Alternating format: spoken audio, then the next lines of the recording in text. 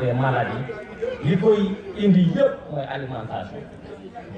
buñ ci génnee tétanos li nga xam ne maladie bu fréquent moom it sonal éleveurs yi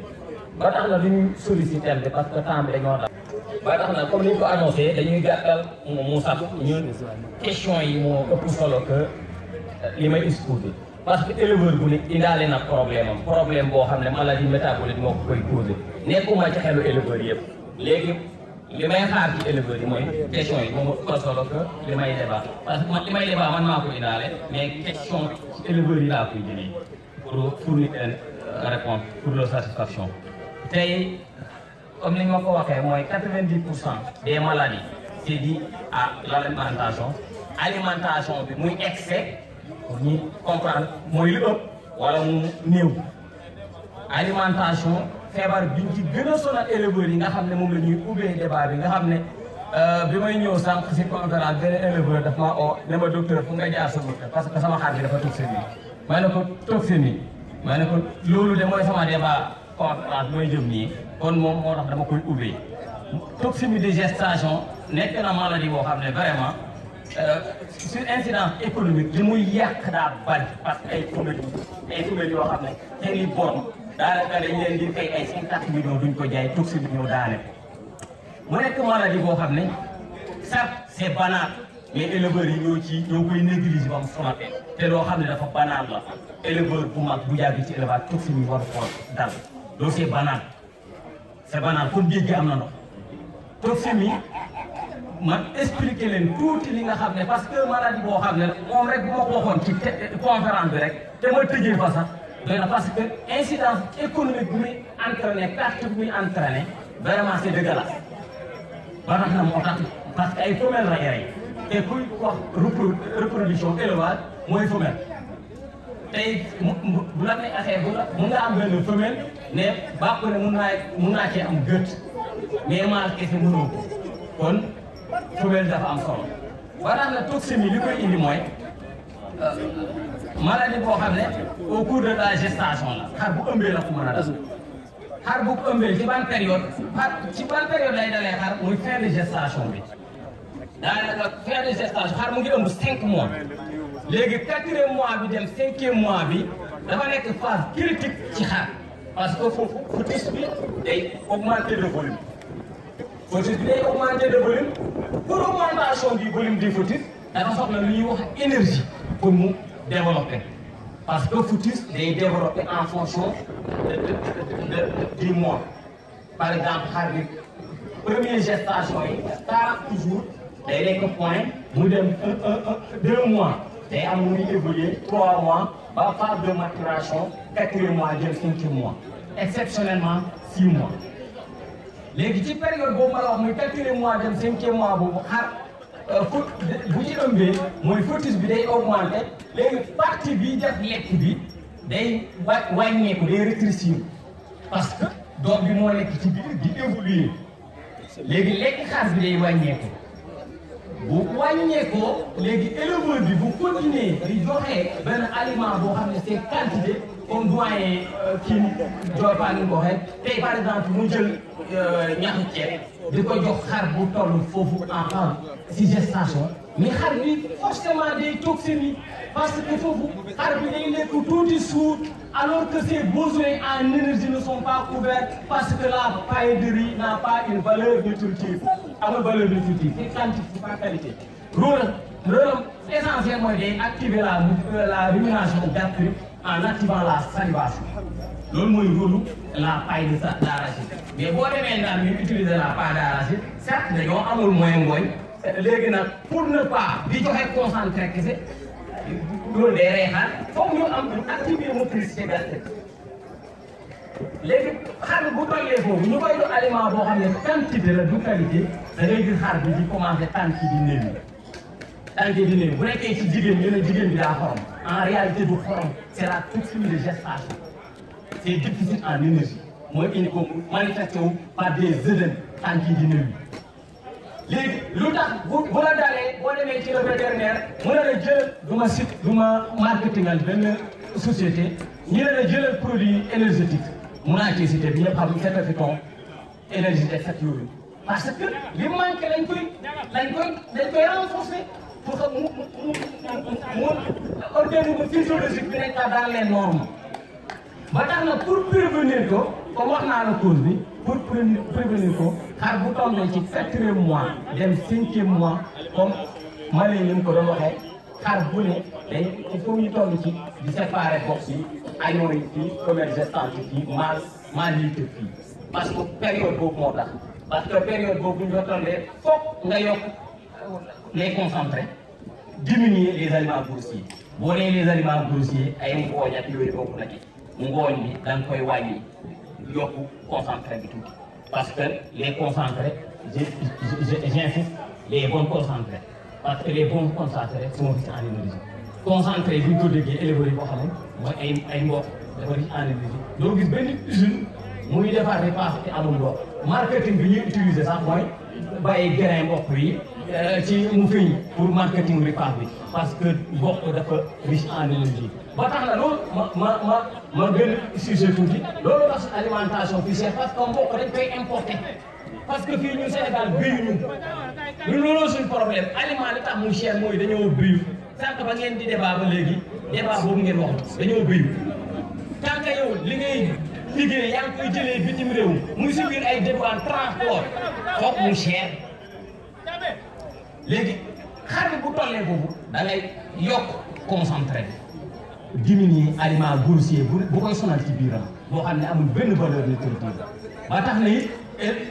lu tax éleveur soxnaam bu tollee si diggante chaque jour day dem ci médecin bi wala sage-femme bi ne ko sama soxna période bi muy suivre benn carnet d'adresse mais xar da ngay toog xar bi gestant nga koy seetaan ba toog semi nga ñëw nag sonal vétérinaire mais xar bu ëmbee fu mu toll da ngay ne dem ci docteur fii Dakar yàlla dimbali na zone boobu nag am na vétérinaire amul zone booy dem daw 7 kilomètres ci diggante boobu te amul vétérinaire nga dem wala les téléphones sont là groupe réseaux sociaux bi déplacé éleveur bi nekk fii day wax ak éleveur bi nekk France éleveur bi nekk day wax ak éleveur bi nekk na nga ne ko docteur par audio yor naa numéro docteur bi sama xar bi da daa ëmb période bii la toll loo xalaat nutrition lu ñu koy defal lii fii ba mooy laajte conseil vétérinaire melu ni en Europe fii fayoo dara docteur Diouf day ñëw jox baaxee la xam-xam doo ko fay dara alors que en Europe loolu c'est la prestation dañuy facturer kon fii am nay chance boobu xar bu ne période bu mu toll daa am loo koy defal ba aar ci feebar yooyu te toxémie li ci gën a garaaw mooy toxémie du créer toxémie kese mais daa am beneen feebar boo xam ne dama ci rebondir muy hypocalcémie de gestation nga xam ne parce que s'il y a déficit d'énergie après day entraîner hypocalcémie parce que calcium bi day wàcc ba tax na xar bi boo ko dimbalee noonu ba am jurit ay temps day jur ba pare du mun a jóg voilà du am sax meew du mun a jóg day tëdd boobu muy tëdd mënul jóg loolu la ñuy wax hypocalcémie de gestation maladie yooyu yëpp dañ koy traité nekkul loo xam ne forcément day rey xar mais baax na ci éleveur bi mu prévenir comme ni mu ko doyen ma lay waxoon prévenir boobu ñu ko guérir hypocalcémie boobu da ngay gis aussi hypocalcémie boobu beneen phénomène da ko toxémie da koy entraîner maladie boo xam ne da ciy tegu la waaye beneen phénomène buy entraîner hypocalcémie de gestation muy excès de calcium bi ñuy piqûre benn éleveur day toll fekk na le docteur sama xar bi daa ëmb ma ne ma loo ko defal mu ne maa ne chaque jour ma piqué ko terre à calcium chaque jour ma piqué ko terre à calcium mais est-ce que xam ngeen ne par un phénomène complexe bi tubaab bi wax nga xam ne kenn mënu koo définir excès de calcium dans le sang en période de gestation day entraîné par un phénomène complexe l'hypocalcémie de gestation quelque chose qui est paradoxal dafa xaw paradoxal parce que dañ daa ne calcium bu manqué moom mooy entraîné hypocalcémie de gestation tantôt ñu ne la bu ëppee dans le sang day entraîné hypocalcémie de gestation tubaab nekk ko lu mën a expliquer la science trouvé bu lu mën a expliquer moo tax mu ne ko par un phénomène complexe moo tax ñu ne la lu ëpp baaxul mais lu mooy baaxul excès de calcium xaru ëmb nga toppal ko terra calcium boo ko déggee mooy xar bi tànk yi di dëgg da ngay dëgg éleveur mën a la docteur man de sama maal bi mu ngi màgg rek mais tànk yi dañuy commencé di écarté ñi naan la sama tànk yi dañoo gis loolu yëpp ay manque de minéraux ak vitamines yoo xam ne ñooy créer loolu parce que xar tey bu manqué calcium de façon modérée ak phosphore ak surtout la vitamine D3 éleveur dañuy am déformation aussi dem ci vétérinaire naan la jaay ma vitamine AD3E mais li tax ñuy jënd vitamine AD3E bi sax xamul vitamine AD3E boobu li ci am solo li ñuy faj seen tànk boobu mooy la vitamine D3 la vitamine D3 tey calcium ak phosphore lépp doo ci mun di jox xar tey vitamine D3 bokk ci duñ mun a fixé wu normal comme yow ngay clôture sa kër rek te di teglante biir kii yoonu maçon bi jëlul ci jonction di rafetal loolu mooy tey biir booy clôture teglante ay biir noonu dem ngelaw li bu fekkee na koy daane de même que ngay joxe calcium ak phosphore te amul vitamine D3 vitamine D3 mooy permettre calcium bi ak phosphore bi fixé wu fi ñu war a fixé wu structure osseuse bi noonu rafet comme clôture boo defar ba pare rek ba raxas ko moom ni mu rafetee moom noonu lañ koy méngalee vitamine D3 loolu mooy rôle vitamine D3 mais bu ñu foog ne vitamine AD3E en tant que tel moom mooy corriger tànk déedéet da ngay indi calcium indi phosphore léegi vitamine D3 bi nekk ci AD3E ñëw nag tax calcium beeg phosphore bi fixé wu normal tànk xar bi rafet. beneen maladie ci déformation osseuse les fractures da ngay gis xar yoo xam ne dañuy gaaw a damm surtout boo demee ay xar nagam comme éleveur affaire ruminant mooy li boo demee daal la Jolof nag yi période de soudure période bi nga xam ne lekk day ñàkk seen nag yi dañuy dox di damm parce que dañuy am manque de calcium ak phosphore ak la vitamine D3 déformation osseuse manque de minéraux ak yëpp ci lekk bi lay jógee. beneen affaire aussi muy défaut d'aplomb mooy éleveur dañu ne sama xar bi ni muy taxawee comme tànk gaynde yi loolu la ñuy wax défaut d'aplomb loolu carence en zinc moo ko indi xar bu manqué zinc si lekkam da ngay gis non seulement du fertile mais aussi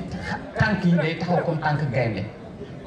beneen phénomène aussi nit da lay ne sama femelle bi day tëggu di répété wala sama mâle bi day tëggu du jàpp loolu yëpp alimentation la xar alimentation bu amul minéraux ak vitamines yu doy buy tëb day répété wala buy tëb du jàpp parce que nit mun na di tëb rek mais du riche wala ngay téye sa maal muy tëb rek di dem te renforcer wu ko en sélénium ak vitamine E ak sélénium dañuy entraîner la fertilité